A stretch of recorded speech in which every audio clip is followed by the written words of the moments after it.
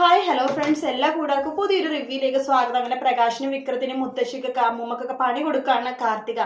അങ്ങനെ പ്രകാശം വളരെ സന്തോഷത്തോടെ വരുമ്പോഴാണ് ലക്ഷ്മിനെ കാണുന്നതും അവിടെ നിന്ന് ഓടുന്ന ഭാഗം പ്രൊമോയിൽ കാണിച്ചിരുന്നു.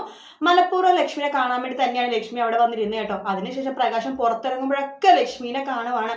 പ്രകാശിന് എന്ത് ചെയ്യണമെന്നറിയില്ല, തീയിൽ നടക്കുന്ന ഒരു അവസ്ഥയാണ് പ്രകാശിന്. അതേസമയം വിക്രം ചെറിയ ചെറിയ കള്ളത്തരങ്ങളൊക്കെ ഓഫീസിൽ കാണിക്കാൻ തുടങ്ങുന്നു കേട്ടോ. കാരണം ഒരു പ്രാവശ്യം കള്ളനായതല്ലേ, അത് ഒരു പ്രാവശ്യം എത്ര പ്രാവശ്യം വിക്രം കള്ളനായതാ. ചെറുപ്പം മുതലേ കള്ളത്തരം വിക്രം കാണിക്കണ്ട്. പ്രകാശിന്റെ പകുതി പൈസ എടുത്തിട്ട് കല്യാണിയാണെന്നൊക്കെ പറയുന്ന സ്വഭാവം വിക്രത്തിന് ചെറുപ്പം നാൾ തൊട്ടേ ഉണ്ട്.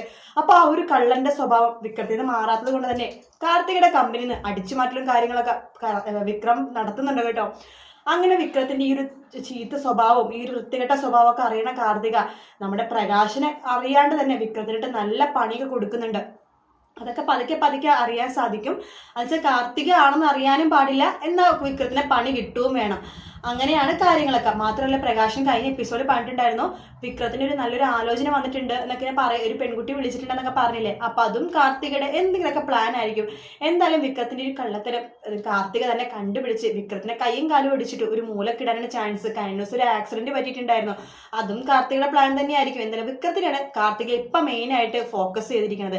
പിന്നെ പ്രകാശനെ അമ്മുമ്മേനെ വഴിയെ തന്നെ തള്ളി വിട്ടോളാം എന്ന് വിചാരിച്ചിട്ടുണ്ടാവും. കാരണം പ്രായമുള്ളതല്ലേ, അതിന്റെ ഒരു ചെറിയൊരു ഇതെങ്കിലും ഡിസ്കൗണ്ട് എങ്കിലും കൊടുക്കണമല്ലോ. അതുകൊണ്ട് അമ്മുമ്മക്ക് പതുക്കെ ലാസ്റ്റ് ആയിരിക്കും പണി കിട്ടുന്നുണ്ടാവുക. എന്തായാലും ആദ്യം പണി കിട്ടുന്നത് പ്രകാശിനും വിക്രത്തിന് തന്നെയാണ്.